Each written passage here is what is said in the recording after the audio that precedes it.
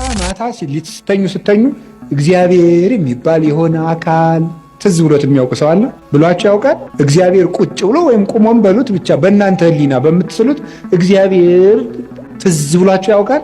አይ እናንተ ብፁዓን ናችሁ ማለት ነው። እግዚአብሔር ትዝ የሚለው ሰው የታደለ ነው። ለእግዚአብሔር የምናስብበትም ጊዜ፣ የምንጸልይበት ጊዜ፣ የምናነብበት ጊዜ፣ የምናስቀድስበት ጊዜና ከእግዚአብሔር ጋር የምንኖርበት ጊዜ ይኖራል። ጊዜ ያንንም ቢሆን እነሱ አድርጉልን ብለው እኮ አይደለም የምናደርገው አይደል? እግዚአብሔር በሰጣቸው ክብር መመስከር ነው። እኛ ይለቁ አይደለም እግዚአብሔርን ከክብሩ ማንም ሊጨምር እንደማይችል አክብሮ ቅዱሳንም ከእግዚአብሔር ከተሰጣቸው ክብር በላይ ኮኛ ምን ጨምረው ነገር ኑሮ አይደለም። ያን መመስከር አንዱ የሱታፌ መንገድ ነው። ከቅዱሳኑ ህብረት ጋር መገናኘት ነው። እኛ መዳን የሚባለው ራሱ እኮ ታዲያ ከዳኑት ጋራ መገናኘት ነው። የኛ ህብረት መፍጠር ነው። ይሄን ህብረት ለማምጣት ነው የምናስተምረው እና ይህን መስመር ለቆ ደግሞ እንዲሁ ዝም ብሎ ወደ ክፉ መንፈስ አይነት በሚወስድ ያንዱን የቅዱስ ስም እየጠሩ ዝም ብሎ ሌላ ስሜት ውስጥ መግባት ይሄም አደገኛ ነው። ይህን ማስተካከል ያስፈልጋል።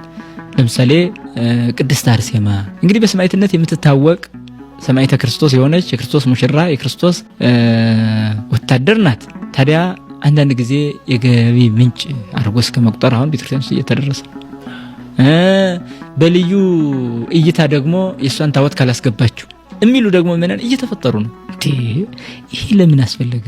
ቤተክርስቲያን እኮ የራሷ የማንነት ታወት ማድረግ እንዳለባት ማወቅ አለባት። በቃ ለምንድን ነው የምናደርገው? ታወቱ ራሱ አሁን ደግሞ አንዱ ደብር ላይ ብዙ ታወታት እያስገቡ የገንዘብ ምንጭ አድርጎ ለመጠቀም ሁሉ መስራት፣ ይሄ ከሃይማኖት አባቶች የሚታይ ስህተት ነው። በጣም ስህተት። ታወታትን ማብዛት ምን አስፈለገ? ያ ማለት በቃ ዝም ብሎ ከአንዱ ደብር መጨመር ነገም በዓል ይሄ አንደኛ የበዓልነቱ ክብር ያሳንሰዋል። ሁለተኛ ሰርቶ የሚበሉ ምእመናንን የማደናቀፍ ስራ ይመጣል።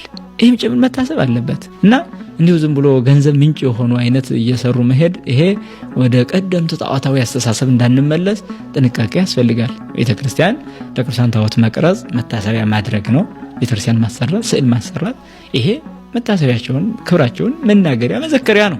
ከዚህ አልፎ ግን በግላዊ ስሜት ብቻ አይነት መከድ መስመሩ ጥንቃቄ ያስፈልገዋል። በጣም ጥንቃቄ የሚያስፈልገው ነው። አንዳንድ ጊዜ ጥሩ እያደረግን በሚመስል ልናበላሽ እንችላለን። በጣም ማለት ነው። ሃይማኖት ቀላል አይደለም ክርስቲያኖች። ሃይማኖት ሌላ አይደለም። ሃይማኖት ረጅም የጸሎት መጽሐፍ መድገም አይደለም። ንገራል። ሃይማኖት የበደሉን ሰዎች በደል እንዳልበደሉን አድርጎ መተው ነው። ክርስቲያን እግዚአብሔር ይሄን በእውነት ያሳደረብን ተው። በጣም የሚገርመው ደግሞ እሱ እነዚያስ ወንድሞች ሆነው ጲጥፋራና የጲጥፋራ ሚስት ገዙት፣ ተጠቀሙበት። እግዚአብሔር ስለነሱ የጲጥፋራን ቤት ባረከው። ግቢውን፣ ውስጡን፣ ውጩን በሀብት አትረፈረፈል። ይህን አድርጉ እንኳን እኔ ይህን አድርጌላቸው እነሱ ይህን ያደረጉብኝ አላለም። ስለነሱም አልተናገርም። ምንድነው ያለ? አሁንም ደግሞ አለ ከዚህ ግዞት ቤት ውስጥ ያኖሩኝ ዘንድ እኔ ምንም አላደረኩም ብሎ እሱ ምንም ጥፋት ስላለማጥፋቱ ተናገረ እንጂ የጲጥፋራ ሚስት ስላጠፋችው ጥፋት አልተናገረ። ምን አይነት ልቡና ነው ክርስቲያኑ? ምን አይነት ህሊና ነው? ሃይማኖት እንደዚህ ነው የሚያደርገው። ኃጢአትንም ሰው እንኳን አሁን እኛ ኃጢአት እንኳን አብረን ብንሰራ እገሌ ያሰራል እገሌ ታሰራችን ነው የምንለው እንጂ እኔ እንዲህ አድርጌ ሰርቼ ብለን አንናዘዝ። ዝሙት እንኳን ብንፈጽም አታላኝ አታሎን እንደዚህ ነው የምንለው እንጂ እኔ ተታልዬ እኔ እንዲህ አድርጌ አንልም። ዮሴፍ ግን አላጠፋም ብቻ አይደለም ግፍ ነው የተፈጸመበት። ግፍ ተፈጽሞበት ስለራሱ ምንም አለማድረግ እንጂ ስለሌላው አይመለከትም። እዚህ ግዞት ቤት ውስጥ ያኖሩኝ ዘንድ እኔ ምንም አላረኩም አለ እንጂ እንዲህ አደረጉብኝ የሚል ስለሌሎቹ አንድም ክስ አላነሳ። እንዲህ ያለችውን ነፍስ እግዚአብሔር ያድለን። ክርስቲያኖች ይህን የጾም እንጠቀምበት። እውነቴን ነው የምነግራቸው። የኛ ህሊና ከሳሽ ነው። እንኳን እንደዚህ የበደልንን ሰው እኮ ያልበደልንን የማቴዎስ ወንጌል ምዕራፍ 17 ላይ አንድ ታሪክ አለ። ታሪኩ ምንድነው? አንድ ሰው ልጁን ጨረቃን እያየ እሳትና ውሃ ላይ እየጣለው በሽተኛ ልጅ ነበረው እና ወደ ደቀ መዛሙርቱ አመጣው። ደቀ መዛሙርቱ ያን ጊዜ ጸጋ ተሰጥቷቸው ሁለት እያደረገ እየላካቸው እያስተማሩ አጋንንትን እያወጡ ድውያንን ይፈውሱ ነበረ። ይህም በሽተኛ አምጥቶ ወላጁ አባትየው ፈውሱልኝ አላቸው። ሞከሩ፣ ሊፈውሱት አልቻሉ። ታሪኩን ባጭሩ ለመናገር በኋላ ይሄ ሰው ልጁን ወደ ጌታ ይዞ ቀረበና ጌታ ሆይ ብዙ ጊዜ ልጄን እሳትና ውሃ ላይ ይጥለዋል፣ እንዲህ ያደርገዋል። ወደ ደቀ መዛሙርትህ አመጣሁት፣ እነሱ ግን ሊፈውሱት አልተቻላቸው አለና ደቀ መዛሙርቱ ከሰሳቸው።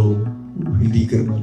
ክርስቲያኖች ይኸውላችሁ በእንዲህ ያለው ጊዜ እንኳን ህሊናችን ወደ ክስ ያቀናል። ለዚያ ነው ጌታ ጠማማ ትውልድ እስከ መቼ ከእናንተ ጋር እኖራለሁ ብሎ ገሰጸው መጀመሪያ። ምክንያቱም ስለ ልጁ አለመዳን ደቀ መዛሙርቱ ሊያስወቅስ የሚችል እንኳን ካለ በእነሱ ድክመት ብቻ እንደተፈወሰ አድርጎ መናገር ግን አልነበረም። ግን ተመልከቱ፣ አልቻሉ። እርግጥ ደቀ መዛሙርቱም ጌታን ጠይቀዋል። ለምን አልቻልም እኛ ብለው ጠይቀውት ነግሯቸዋል። ስለ እምነታችሁ ማነስ ነው ብሏቸዋል። እነሱም የእምነት ማነስ ይገኝባቸው ነበረ። የእኛንም የእምነት ማነስ ክርስቶስ ያስወገድልን። ዋና ጉዳይ ግን ምን መሰላችሁ? ባልተበደል ነው። አሁን ደቀ መዛሙርቱ ይህን ሰው አልበደሉትም። ባልበደል ነው እንኳን እንከሳለን። ዮሴፍ ግን በምንም መንገድ የክስ መንፈስ አላደረበትም ነበረ። አምላካችን እግዚአብሔር በየህልናችን በየአንደበታችን ያለውን የክስ መንፈስ ከኛ ያረቀልን። በኋላ ዮሴፍ የፈርዖንን ህልም ተርጉሞ ተሹሞ ታላቅ ሰው ሆኖ ታሪኩን ታውቁታላችሁ ብዬ ገምታለሁ። ብዙዎቻችሁ ወንድሞቹ ሊገዙ መጡ። በኋላ አወቁት። ባወቁት ጊዜ አፈሩ። እነሱ እንዲያውም ለአባታቸው፣ በነገራችን ላይ የዮሴፍ ወንድሞች ታሪክ አሁን ላለነው ለእኛ ለኢትዮጵያ ትምህርት ነው። ለአባታቸው ዮሴፍ ሲላቸው እኛ ጨርቁ ይሄ የእሱ ነው ወይ? ጨርቁን ቀዳደው በደም ነክረው እንግዲያውስ ክፉ አውሬ በልቶታል አሉት። አባትየው አለቀሰ። አባቱን ለማሳመን ነው ይሄን ያሉት። አባቱን ለማሳመን ክፉ አውሬ በልቶት ሞቷል ያሉት ወንድሞቹ በዘመን ብዛት ግን አመኑት። ይሄንን ዮሴፍ ሞቷል የሚለው እየሰማችሁ ነው አይደል ክርስቲያኖች? አንዳንድ ሰዎች እንደዚህ እንደምንሆን ታውቃላችሁ። በሆነ ምክንያት ደንግጠን እንዋሽና ለዛ ውሸት ደጋግመን ስንናገር እውነት መስሎን ድርቅ ምንል ሰዎች አለን። ከዚህ በሽታ እግዚአብሔር ይፈውሳል። ህልም ተከታዮች አትሁኑ። ህልም ተከታዮች እንዲያውም አባቶቻችን ይናገራሉ። ይሄ አሁን ምን ያደርጋል ሰው? ውሃ ገብቶ ሲያድር በህልሙ ከተማ ልገባ ነው ይላል። ቤት ሲቃጠል ሲያየው ምን ሊያደርግ ነው? ልሞት ነው ይላል። ቀይ አበባ ሲያይ ላገባ ነው ይላል። ይሄ ነውር አይደለም እንዴ? እውነቴን ነው የምነግራችሁ።